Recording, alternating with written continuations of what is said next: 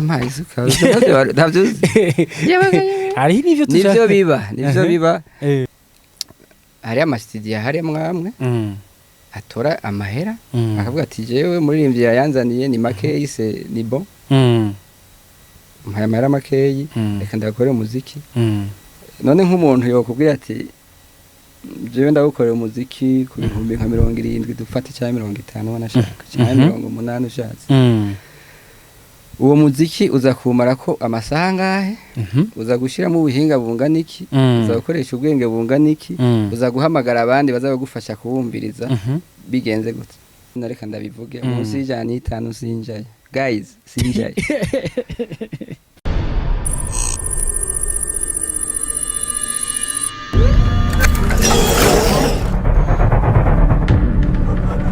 Okay, nkuko vyama murabizi imisi yose tugeze kuri kamera za Niyosel TV tuba tuje tubazaniye bishasha kandi bimeze neza haruhande yuko dukorera mu ba artiste baririmba indirimbo zimwe bita ngo zisi mugabo harabaci babinyanyura bagira ico bita secure ndetse no muri gospel naho nyine turashikayo mu migwi ndankaranga turashikayo mu bisata byose bitandukanye bigize umuziki w'u Burundi aho hose tuba tuhari buherutse twari muri Master Music twasanga umugabo yitwa FIG umwana kiri muto muri mu vya production yaratuyagiye bitari bike kandi vyakiriwe neza n'abana bariya babifuza kumenya ubuzima bw'abatuma twumviriza zijya ndirimbo na cyane cyane zica ku masamiriza atandukanye izindi zikashwa ku ma YouTube muri rusangi ku ma social media uyu munsi turi ahantu hadasanzwe ahantu hameze neza ubona ko ari studio zimwe ukibaza ko ari zimwe z'aba DJ Khaled kuva neza mu gihugu ca Amerika ugashobora kwibaza ko ari za studio zimwe z'aba Techno musanzwe muzi ko haruhande yuko aririmba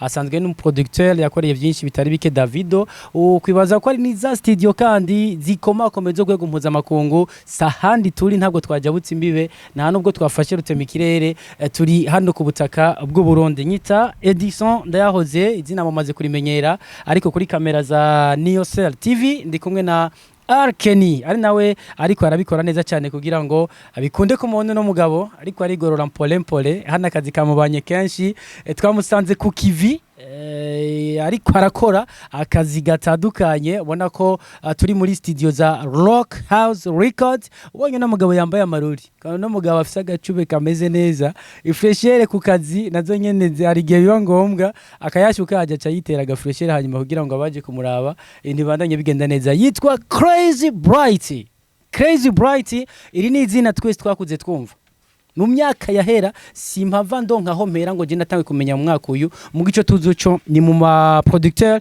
bakera cyane kandi bakoze byinshi ndirimbo twakuze dukunda nyinshi zaciye hano mubona twicaye Crazy Bright ndakuramutse nongera ndaguhanikaze kuri kamera za Niyosel TV.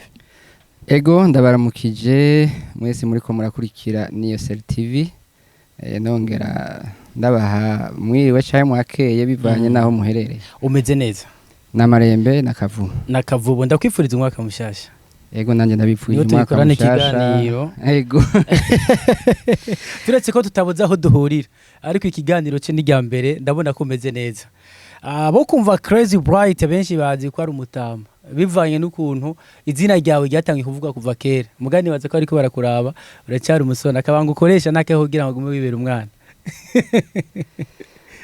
ni ibintu byoroshe cyane kugira ugume ufise umubiri mwiza no kuruhuka no kutiterana ibibazo ufise kuruhuka wakoze ibi byonyene gusa cyangwa hari n'ibindi ukora bituma uvuga ati reka nduke kugira ngo umubiri gume umeze neza bya bindi by'indazimburujwa bya bindi byabana bari usanga ariko baratambuka bibanabagora muga wewe nk'izina ryawe turavyeho twatanguye kuryumva ni kera ariko umuntu akuravye umengura umwana wa 18 nivyo nyene nariko ndavuga waba ufise byinshi ko ukora byabibi canke ibindi ndi muri byinshi mugabo ndafata kanya nkahereza umubiri akaruhuko na cyane ukawuhereza n'ivyo ufungura kugira ngo ugume umeze neza nturuhishe cyane birenze kuko amasaha yo gukora abahari ukayakoresha mu mwanya wawo hama ukaruhuka bintu bigaheza n'amasereza ukayagabanya bintu bigaheza bikabananya bigenda neza reka twiganirire ku bijanye na production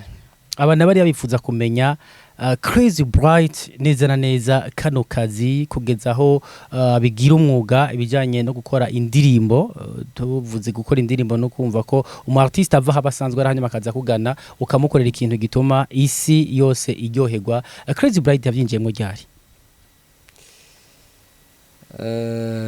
Nawe biranakugora gutora kuko ni kera. Novuga ko ndumu melomani kuva kera. Kuva nkiri umwana mutoya nari umumelomani. Melomani no kuvuga umuntu aba hafi umuziki canke ibikorwa bijanye n'umuziki. Hama mu nyuma bivamwo kuba usubiramwo indirimbo z'abandi mu cyumba ciwe. Waraziririmbo zisubiramo canke uzivuza? Uzisubiramwo gute? Nk'ivyo bita playback. Okay. Warashobora kuba ufise indirimbo mu cyumba cawe ukumviriza ivyo muri mvye ariko aririmba hama ukabisubiramo nk'ibi bita playback. Okay. Hama mu nyuma bivamwo ivyo kuba mu DJ kuvugiriza imiziki abantu anniversaire ibi vy'amadota mariage ma boîte hose naraciyeyo. Mu nyuma bivanamo rero no gutangura guproduce imiziki. Kuko uri kuraraba kenshi uri kuraraba historique ya producteur benshi ni gake usanga bataciye mu kuvuza umuziki ahantu. Nico gituma kenshi usanga benshi usanga hari kwa gatitre ka DJ naka. Okay. Ariko Bright mugabo mu nyuma urabihindura. Ariko je ahanini ikibazo shaka kumenya Bright yatanguye kubigira umwuga mu mwaka uyohe kuko twakuze twumva Crazy Bright na cyane mu ndirimbo za gospel n'indirimbo z'aba artiste bakomakomeye nka bakidumu n'abandi benshi indirimbo zabo ziracaha turanabizi ko ni nk'ubu aba baduduni y'ukuri aba Apollinaire n'abandi hari indirimbo nyinshi mu kugira ngo zisohoke zibanza guca minwe ya Crazy Bright. Vyumvikana ko uri umwe mu ba producteur ba kera kandi ivyo bakoze ibintu bikomeye cyane ariko wari kwaradukurikirana arifuza kumenya uyu muntu yoba yatangwe kugira umwuga mu mwaka uyuhe? Okay, ivyo kugira vuga ati ndavyinjiyemo kabisa uganda umwuga wo kuproduce umuziki neza na neza hari 2004 2004 niho natangura iyi studio nyene yitwa Wamu Records. Kuko imbere uvuze ati kubigira umwuga kuko imbere yaho hoho nari ifise indi studio yitwa ATM Records, All Time Music Records. Yari yakera. Iza guhiduka izina kuberiye. Au fait ico gihe yari cagihe twakora imiziki dukora ku instrumental y'abandi kuva mu myaka 95 kuza gushika muri izo 2000 tugatiramwe amajwi gusa. Ico gihe abaririmbye bo hanze barasohora ico bita single. Iyo single yabiri mu muziki na remix yayo rimwe na instrumental yayo. Okay. Ico gihe nta ma YouTube yarahari. Twacha rero tutora muri izo CD zabo z'amasingle tugakuramo instrumental zabo hama tugashira kwa amajwi. Nivyo ico gihe twakora. Ico gihe urumva vyari umuziki utanguye ico gite yari All Time Music Records. Donc niho nivuga ko noba nari ntanguye guproduce imiziki kandi iyo miziki yaravuzwe mu maradiyo menshi ya kera ico gihe zari za Mwizero n'ibindi. Okay. Za RTN mbe zose zarazivuza. Mugabo 2004 uvuze ati kubera iki yavuye muri ATM Records ba Wamu Records nuko nari mvuye muri mode ya analogique. Okay. Tuja muri numerique no kuvuga ko twari dutanguye kuba dufise amaordinateur amakarte son by'amapiano n'amamikro n'ibindi byose. Yego rero kuri ivyo umuntu ashobora gufatira aho yumva wewe abona. Mugabo ivyo gukora imiziki vya mbere hari muri iyo myaka. Mugabo Wamu yavutse muri 2004. Wamu Records 2004 biravutse no kuvuga ihuganye zina biratanguye.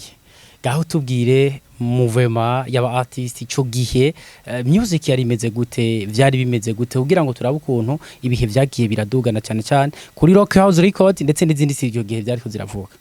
Ko turazi umuziki ico gihe wari ushushe hariho new generation bariko baraza muri game bavangana n'abakera bamwe ati kana kaje gukura uyu uyaje gukura uyu natwe ico gihe bitari vyoroshe. Wowe vyari bimeze gute ico gihe Wamu Records yavutse?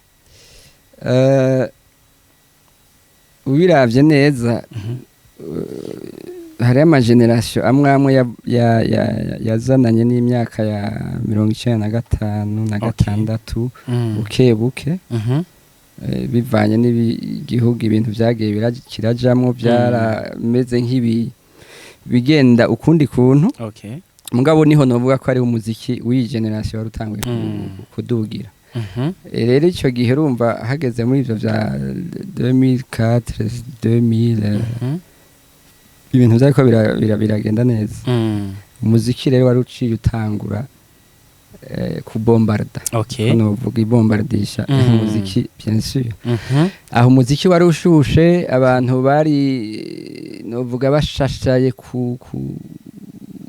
kuryoherwa kuva mu bindi bintu imiziki itambika imiziki y'ubundi bwoko amastudio birahinduka amaradiyo amwe aratangura kwiyongera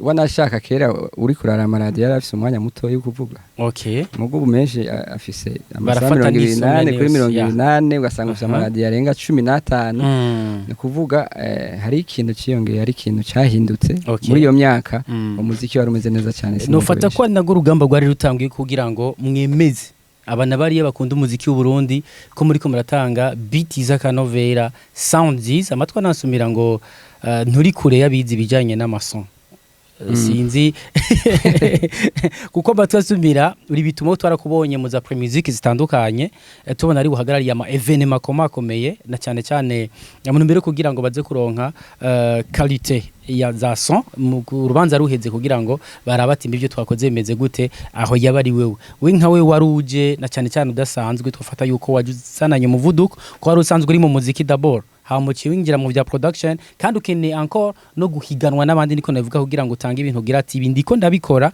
nuko kameme natwe naho tugerageza kuduza ibendera ry'igihugu tubwira urugamba mwari kumara Rwanda kiriya gihe cyangwa intambamye mwahura nazo mu ntumbero kugira ngo public y'u Burundi ikomeze kuguma muri mode ndetse n'abari hanze y'igihugu bumve ko hano mu Burundi rutita hariho imyaka iyo myaka ya guhera muri za 1996 kugenda uri kuraraba imiziki yari ikomeye aha mu karere yari yo ngaho hakujya muri Kongo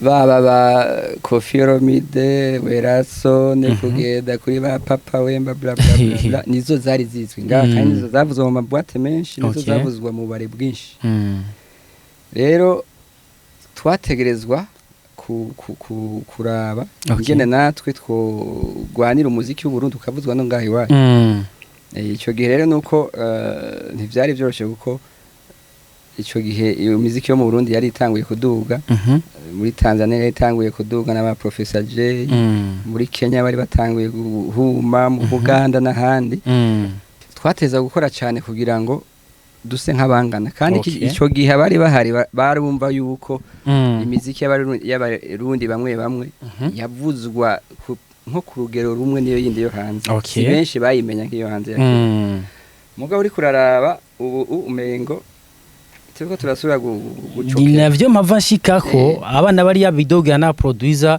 ngo bo baragabanuye akariro kuko turazi ko hari aba artiste bamwe ngaho mu bihugu vya bibanye tuje nko muri Tanzania gutyo bashitse hano barajugumira Kigali bashitse hano barajugumira mugabo kino gihe abana bari baridogera producer ati why aba artiste kino gihe basigaye baja kuronderera aba producer hanze kandi dufise abahoze babica bigacika byo bavyatanguye gufira hebwa na Pride vibration ico ni kibazo gishobora gufata abana bariya kico ndakubajije nk'umukurambere muri production uri kuraraba nk'akarorero uri kuraraba ati okay wewe warukorera mu Burundi wagiye gukorana n'abandi gukorana n'abandi n'ibintu bisanzwe bibaho biri byiza wanashaka kuko urashobora kubugiye kurahura ubumenyi canke kuja gukorerana n'ubundi kugira urabe upima urabe uti mbega ninaja gukorana n'abariya twumva bari hejuru ubwo sino havangira kunguko kibazo gusa no cangarukana naco ni kuri abo bavuga ko ari aba producer bavyononye mu gihe bagiye gukorana nabo bitwa ko bakomeye byaciye bigenda neza.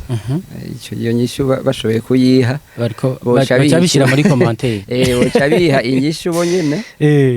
Ariko sinovuga ko ari aba producer b'abarundi biva kuki kugira ngo umu artiste ahaguruka afate rutemikire canke twumve yakora indirimbo hanze y'igihugu, abantu bakaca bayirindirandisha cyinshi bavuga ati bana tukaturindire twumve gusumba indirimbo ibe yakorewe coming soon yakozwe no mu producer wa hano mu Burundi. Uzi vyinshi ndazi kuri ivyo. Ni umuntu ntiyemegwe wabo niko byama bimeze. Wanashaka saba producer batemera gusa. Nimba batemera aba producer ntibemera n'abaririmbyi, ntibemera abantu bose bari mu ntuze uri kuranabiraba Bujumbura canke mu bindi bisagara uri kurabiraba gusa. Ntibovuga ngo n'aba producer batumye muziki udakunda Bujumbura w'abarundi. Oya baba batubesheye biva kuri byinshi nka bitatu muri ivyo. Urabona umuziki muguremera ko production nayo igira uruhara rukomeye cyane kugira ngo umuziki ugire akanovera. Mu byo bien sûr mu byo navuga kuri côté ya production nuko abo wari kuravuga ngo bakera uri kurara abasizo bagikora imiziki cyane yumvikana. Sukuvuga ko atavyo bazi canke bavyibagiye canke bashaje, nuko kumbure bobo bamaze gushika ahandi hantu mugabo abariko baraza ubu badashobora gutahura. Rero umva ama studio yaragwiriye ni menshi. Gusa uca wibaza ikibazo uti none nimba ayo studio yarahari afise vision iyihe ariko araba he. Rero uri kuraraba aho ucunyishura uri kuraraba rero imiziki isohoka myinshi ubu ni imiziki umenga ni nk'inka ivyayinyana igaterera hariya ati wa mwungere urimenya. Bivuze iki? Bivuze ati wewe uraje muri studio umu producer uramuhaye iyo kashi yiwe niyakeneye. En quelque sorte ni baja muri monde ya commerce cyane gose kuruta kera. We ntibiragushikira wowe ubikora gute nka Bright na Cloud Record? Je nibishaka kumushikira kuko ngaho tubwire icyo shiri imbere ni giki mu kazi kawe? Icyo shiri imbere ni icyo nsohoye cy'abantu baza kuwumva kizotuma nejo bacumbise bagaruka bati reka tugende hariya baduhe cya kindi twabonye kimeze neza. Ugiye muri restaurant bakaguha ibiharage birimo amavuta adahiye imana impane ntuzosubira. Duvikana ko hariho studio zimwe ngaha zitanga ibidahiye mu ntumbero y'izo nzira nyene bari kurambarira zijanye no kumuntu ashobora kugira ati ndaronse note. Ni Chris Bright mu producer bakera babikora neza na kino gihe. Bona ko kenshi Bright banavuga ko akorana n'abakoneseri cyane, abantu bazi umuziki cyane gusumba new generation. Kubera iki new generation bataza bakugana agusumba bajya batama babandi bakira bazi umuziki hana umaze muransanga nkavuga uyu na waraza hano bimeze gute? Kubera iki hanini ukunda kugindirwa n'abakoneseri canke abantu bazi umuziki do plus?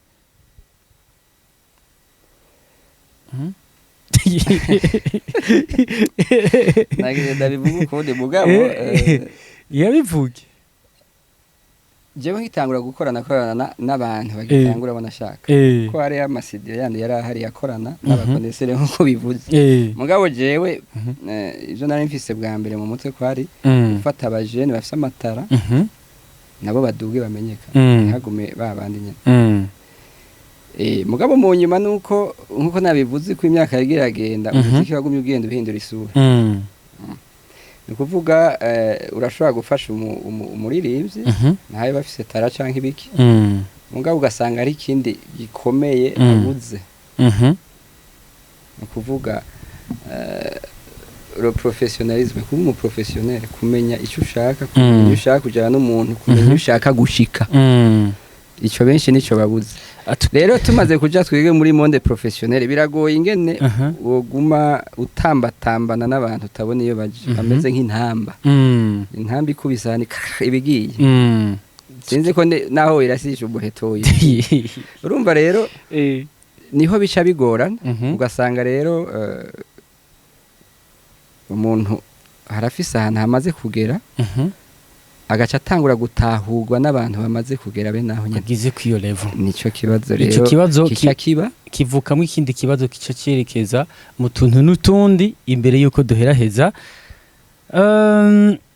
Hari ukuntu bavuga ati aho mwanya ca nkorana n'abamaze gutahura, hakaba n'abakurikiranira hagufu umuziki w'u Burundi barakumvise utanga ibiganiro ku masamirizi atandukanye, hari habo mwagendana bavuga ko ari abana bo muri Rock House Record, ariko bitatinze mwe turumva yagiye Fabilove, mu nyuma turinjira kuri Desire P, nawe nyene baragutunga gatoki uya mutipe yaragiye umugabo akariro sikirenga, bimeze gute? Hari isano bifitaniye na ya message heje guduhereza? Bien sûr. Diko bibi usanga rimwe bita mukoranye n'umuntu ugasanga ari byo avuga ati oya reka mbanze nkubitira ahandi ndabe ingene vyogenda bimwe navuze kare, ukagenda ahandi si bibi, uburenganzira bw'umuntu ari we wese, nta kibazo kiba kirimo, hama ukagenda ugakora ibindi ahandi, hama ubonye yuko aho ari sawa kuruta nta kibazo, hama ubonye ko atari sawa ukagaruka, niko bimeze. Kino gihe Rock House Records hari abana ifise ireze mu muziki guhera muri 2021 itanguye, novuga ko atabumfise. Ubu Crazy Bright yakira abashitsi baza bakora music hama bagaheza, nta bari permanent bari muri Rock House Records. Ego muri aka kanya jewe ntabumfise, bimwe twokwita ngo nama support yita management no yita label, kuko label ni kindi kintu, uvuze management ni kindi mugabo label ndashobora gusura kuyigira nkayishiramwe abantu nkuko nari nabigize muri 2018. Ndasanzwe mfise label yitwa Rock Family. Mugabo urumva uko wayivuze yarabinjira basohoka nibisanzwe. Kino gihe abahorana barasohotse. Ubu hari abo twahanye ntuzeye, hariho sinovuga ngo nabari muri label canke bari muri management canke iki, ni umuntu yashobora kuza kansaba ati jewe nashaka umfashe unkorere indirimbo, unkorere indirimbo. Rero ndashobora kuvuga nti wewe ushaka indirimbo imwe, ushaka zibiri, kugira ngo je kumwe gushaka gufasha abaririmbyi bagitangura afise amatara ndacyagifise, ntaho kiraja nta nego kizoje, nkagufata nkagukorera iyo ndirimbo, hama ukaja kuraba ko woshobora kuyivyaza umusaruro. Ushobora kuyivyaza umusaruro, murashobora guca mubandanya mugira muti reka dukore n'izindi tuzivyaza umusaruro. Kenshi rero mfata umu artiste tugakorana, nkamuha nk'ikiringo c'amezi 6 canke 12, hama ico kiringo giheze tukevaria tukara tuti none ubu rero tuje muri label, tuje muri style ya maison de production. Urumva rero ni ucu decide ryari ivyo bintu ushaka kubikora. D'accord, atari sana nuko babisanzwe bimeze. Uyu ni Crazy Bright aratanga umuco kandi ahubwira ati bimeze uko bimeze, kushatse uravyumva ugomba ukareka nuko nguko bimeze. Kandi munsi ya 150,000 je sinjayo ati munavyumva yanabishimangiye. Crazy Bright tuzokomeza, ariko duhera hivyo bija hose ntubuze message ushobora guhereza aba artiste bonyene ubwabo, message ushobora guhereza producer abagenzawe, message ushobora guhereza abakunzi b'umuziki w'u Burundi, abarundi kazi, abari hanze y'igihugu n'abari hano mu Burundi, nk'umu producer wa kera yamiza kabuye kaba producer ndiko no bivuga kanya nakawe, hanyuma cyitwisozerera.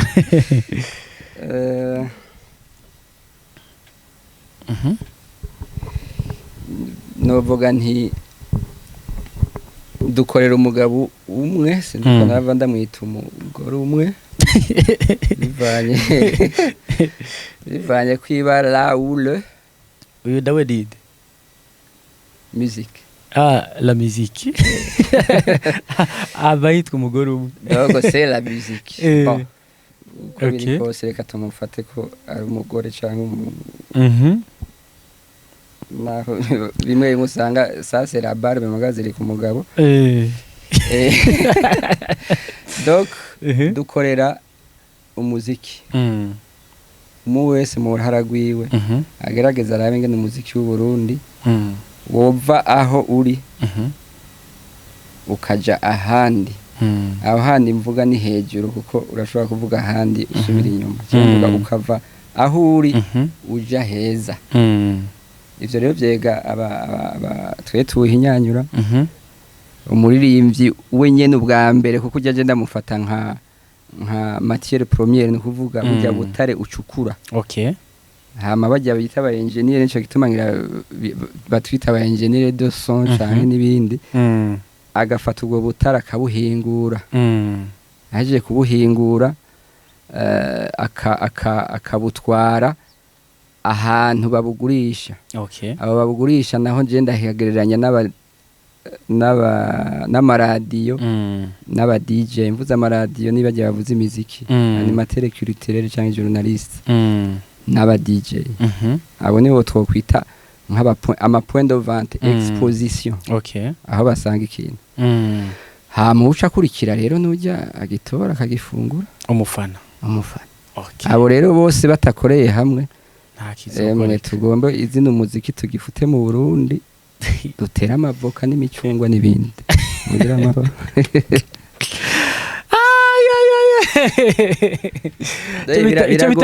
icyo bita kugendera umuproducer yamiza akabuye kaba producer umuproducer yamiza akabuye kaba producer niyo agomba kwishura ntibipfa kuza ngo birafata umwanya ama bikagenda uko nyene mwavyumvise kini kiganiro nibaza ko ari wese igomba kumufasha wifuza kuvutera intambwe kuva aho yarari nko yavuta takaja handi heza nibaza ko akanya nakawe ko kugira icyo uvuze na cyane cyane ku majambo yashikirije ngaha nimwana muntu makandi nzogaruka nongenda mubahereze urumva ko ari umuhinga wavyo ahongera akaba n'umusesanguzi niko no bivuga kuko arasigura utumvise ubufise amapama mu matwi naho nyene amapama kayaga karacaye muko bigenda kose twese tungutse vyinshi Crazy Bright ndagushimire cyane kukanya mwaduhaye ego hama ntimwisamaze handitse ko niyo cell TV cyo mukanda hajya subscribe hama like hama nakaya ka cloche hajya hejuru cyangwa hirya simbona neza aho kare kugira uzoza urabona bishasha bya niyo cell asala nuko bisatwe bimeze yita Edison ndayahoze ngire mwite Arkeni niwe yari kwarakora ibishoka byose kugira ngo bikunde ko amasanamu ameze neza asukuye atwari mu nyubako za Rock House Records urako twaciye hose tugasanga aho aba secrétaire générale bye madame la directrice sinzi ibintu nk'ivyo amukinjira pole ukinjira ugasanga ahantu hari mixer nziza imashini nziza hasohoka nibikogwa bimeze neza nibaza ko ibindi ko ndavuga ngo kwibaza ko ari byo ndiko ndakura mu mutwe abamaze kwakora indirimbo ngaha ni benshi urabaza Dudu urabaza Kidumu urabaza Christophe Matata yaramaze kwitaba Imana urabaza ba artiste ba Lilo ba B ba Big Fizzo nabandi hano hamaze guca ibicocoro vyinshi anamva kubwira ati jewe siniruka ngenda pole hanyuma utankwirije uragenda hamakorana na abamaze kugera kuri level yanje ciao ndabakunda cyane